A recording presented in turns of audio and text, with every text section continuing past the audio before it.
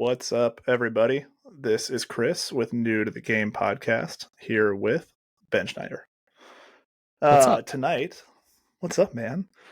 Tonight, we're going to be talking about how to determine your service or your offer, or there's a couple different names for it. Determining your offer and what you're actually going to sell. A little bit different than determining Chris your says service. tonight as if it's not 1 p.m. where he currently is. All right, I don't know. Right. That's it's fair. actually what? It's noon there, isn't it? That's true. Yeah, it's like 12:45 here. I don't know why I said night. That's kind of random. Today we're going to be talking about picking your service. So here at New to the Game, we're big about helping you start a new business.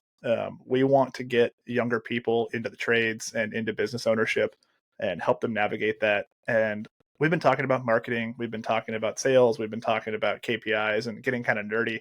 And we realized that we should definitely do an episode on just picking what you're going to do in the first place. So we're going to talk about a couple of things. We're going to talk about what your background looks like and how that influences what you should do. We're going to talk about whether it's something you're actually good at or not. We're going to talk about whether you enjoy the service that you're going to offer. And then we're going to talk about demand, competition, things like that, get a little bit more detailed. And then also at the end, we're going to give you a little snippet about how to kind of talk about what your vision for the future looks like of your company too.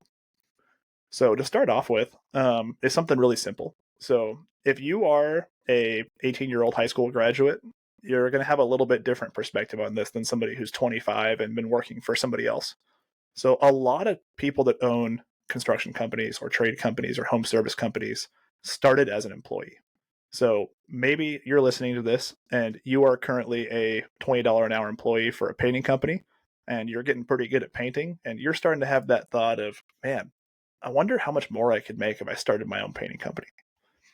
So there's a little bit to be said about that. If your background is in a specific trade or a specific skill, you're going to naturally tend towards thinking about starting a business in that area. If you're a carpenter apprentice or a journeyman, or if you're an electrician, or if you're an HVAC guy, or if you're a plumber, any of those things are a pretty specific niche skill set. There are not a lot of plumbers out there, as much as you might think there are. But if you're talking about a low skill but high volume work item, is totally different. Like let's say you want to wash windows or clean roofs or clean gutters like my company does. I can train a new person to do the job that my employees do in, I don't know, 2 to 3 months, most time on average, and get pretty darn good at it in 6 months to a year. So you really could start a home service business that does exterior cleaning like I do with little to no experience. But you have to learn the ropes, and working for somebody else for a year or two is definitely a better plan. But if you're doing something like electrical, you can't really start an electrical company until you are a journeyman electrician, at least in my state. So you're going to have to look and think about what you are doing now and what you want to do in the future. The second thing we were going to talk about is whether you're good at it or not. So even if you currently right now are working at a painting company and you're pretty terrible at painting, it might be something to consider if you want to start a painting company. Because if you're not really good at the service that you want to offer, maybe you find out through the grapevine that there are no good painting companies in your town. And the only painting company in town, they kind of suck. So you're like, man, I should start a painting company. But if you also suck at painting, it's going to be hard for you to start a painting company to beat the other company. Whereas if you're really good at something, but you don't have a lot of experience doing it, that might be a better choice.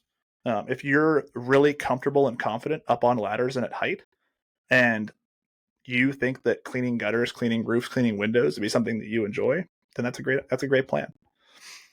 So at the end of the day, those two things are kind of related. You want to look at your background, you want to look at your experience, you want to look at what you're currently doing now. And if those things are something that you're good at and that you know that you could do and provide a good service, that's something to really consider. And if you don't know whether you're good or bad at something, you might want to ask somebody and compare notes with somebody else.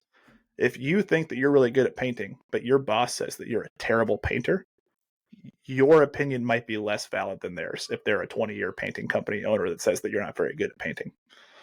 So that's something to consider too. Ben, you're going to talk about a couple more things, and I'll transfer it over to you. But one last note on that is I want to make sure that I'm clear about this too. Just because you're doing something now and you're experienced at it doesn't mean that's what you have to do. And Ben's going to talk about that, but I definitely want to make it clear that I'm not saying that if you're currently at a painting company that you have to start a painting company. It's just something you want to consider because you're already doing it and you already have experience and you already have knowledge about it. Yeah. And it's helpful to be able to think about it that way, because I mean, obviously with a lot of things, like you can get good at something. And Chris and I can both attest to this. Like, I mean, yeah, I know a lot about sod, but am I out there like every day now, like still going out there and laying the grass? Not necessarily. So like also kind of right alongside, are you good at it, is like, one of the things I highlighted was like, do you know the difference between good and bad? Like, do you know what the difference of between a good installation and a bad installation is, or a good cleaning job and a bad cleaning job? Do you know what it looks like when you mow a yard and it looks really good, and when you mow a yard and it looks pretty bad? So that, I mean, that's like one part of it too, is just the knowledge of the overall thing. But we one of the important things we highlighted is, do you enjoy it? And this subject's like, you can go many different ways with this, because for me personally, I really enjoy business. Like, business is the thing that I love. But I have gotten to a point now where I still really enjoy grass. Like, my wife knows how to identify all the different grass types in our area, because I point them out to her, and I'm a nerd in that way. So like, yeah, you can. Enjoying something is really important, especially if you're one of those people that's kind of more in the realm of like, maybe you want to be a sole operation. Maybe you don't necessarily want to scale a large company or become like a businessman. Maybe you just want to be a person that like can go out there and be able to build those patios, or be an irrigation guy, or all my things are outdoor service oriented, or like Chris said, be the painter or be the carpentry guy. Like, if you love those things, then absolutely. If you want to be a sole operation, I mean, I cannot tell you how many guys that I know, literally, like by brand, they would probably fall into that bucket of like chucking a truck, but literally they go out there, they do all the jobs by themselves, and they make 200K plus a year. Yep. And they do probably 400K in revenue, and that's it. And like, but they're still making crazy good money because they enjoy it and they love it. Yeah. The other point here too is the demand competition in your area. This one you can get very, very hamstrung by, because you might go in there and you might say, like, for example, let's just say you're a roofing company. I don't think there's anywhere you can go where there's not demand and competition in your area. Roofing is one of the most competitive industries that you can be inside of. Landscaping is also kind of sort of another very competitive one. But there's competition is everywhere. Like in my area, what Chris does, like the power washing, roof cleaning process of things, like I see 20 different trucks driving down the street every single day of guys with a power washing setup. So I don't want you to feel like you're totally hamstrung by the competition side of it so much, but it is helpful every now and then to be able to look at it and say, is the competition like, can I already see myself pretty easily being able to just dominate the competition, because maybe they're the mom and pop shop that's been in business for 40 plus years and they don't have any systems or smooth processes in place, and all you have to do is implement a few like basic fundamental business practices, and like you could actually blow them out of the water. Then that might actually be worth exploring and starting to do a little bit more of an in-depth analysis on. And again, I wouldn't allow that to be the number one deciding factor on whether that is your service or not, but I would definitely recommend whatever service you do, it is extremely wise to do a competitive audit.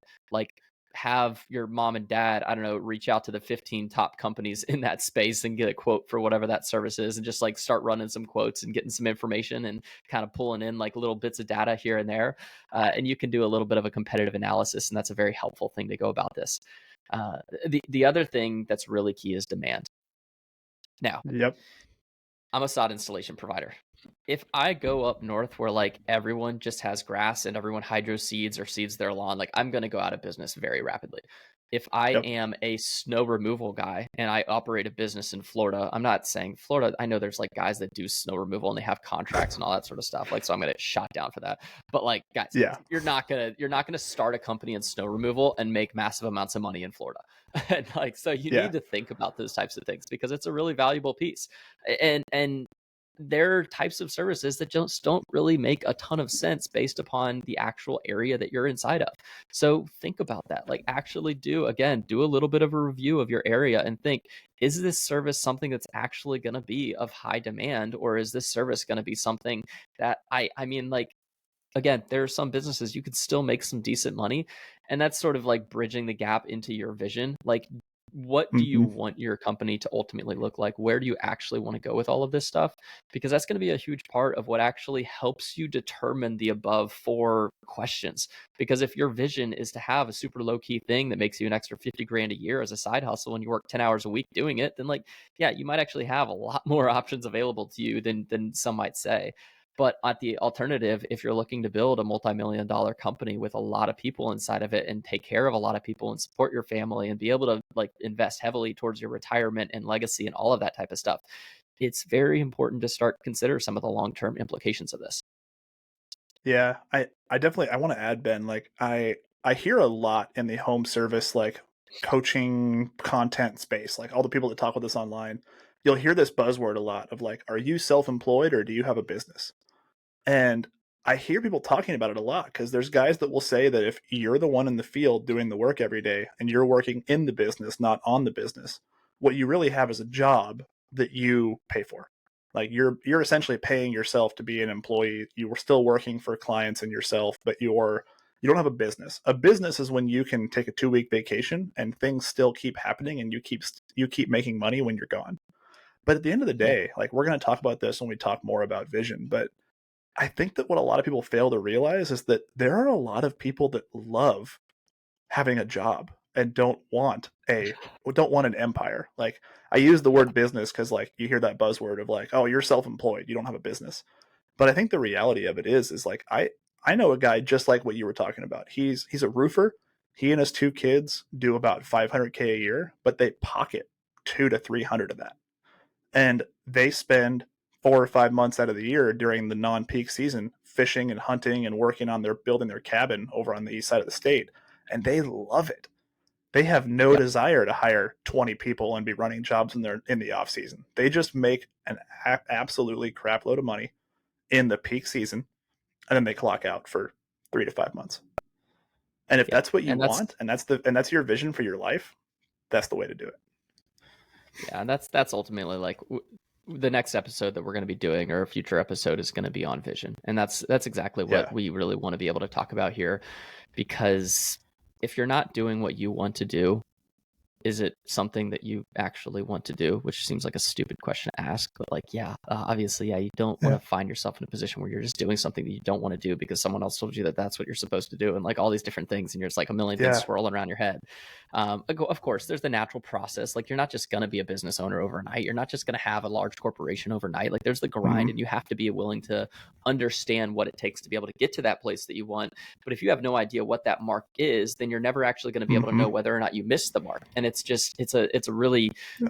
hard state to be in. So, guys, Yeah. thank you so much for listening to this episode. Again, this is going to be one that we'll follow up with when we talk a little bit more about vision, but we really wanted you to get some, like, just some of the fundamental questions you should actually really start to consider if you are going to be wanting to start a new company, or maybe if you're already in a company but maybe you're trying to determine, like, oh, do I want to niche down or something like that, and figure out like what is the most Mm-hmm. sensible service to kind of delve into or rebrand towards, perhaps. These questions are so critical, and they're just a lot of people will overlook them because, again, we're in that hustle and grind culture that says, oh, just figure it out and just do it. Yeah, sort of, but like also it's not a bad thing to actually do some due diligence and take a look at some of this stuff and ask some of these important questions. Yep. 100%. Yeah, and if you want to be around a bunch of other guys that are trying to figure out the same thing and be part of a community of guys that are trying to start businesses or have businesses and are trying to grow, come find us on School. We have a free group on School, Skool. It'll be linked in the show notes, and that's where if you have more questions about this and you want to stay in touch with us or jump on one of our live calls, that's where you can find us. We're also on Apple, Spotify, every podcast platform known to man, and YouTube. So if you like what we're doing, subscribe, leave a review, come talk to us. But most of all, we'd love to come hang out with you in our school group. We do live Zoom calls, we do content and courses, we post our podcast episodes and videos there. But we also have a pretty sweet group of folks that are just getting started, and that community is growing, and we'd love to have you be a part of it. Yeah, awesome. Well, thank you guys for listening, and as always, I don't know what to say to that last part, but as always, we'll see you around. I was gonna say, I thought you had a catchphrace. We haven't figured that out yet. I was As going to always. try to rapid fire it, but I realized we don't actually have a catchphrase yet. Well, when we get a catchphrase, guys, we'll let you know. But until then, tune in for the next episode or come find us on school. Thanks, everybody. See you guys later.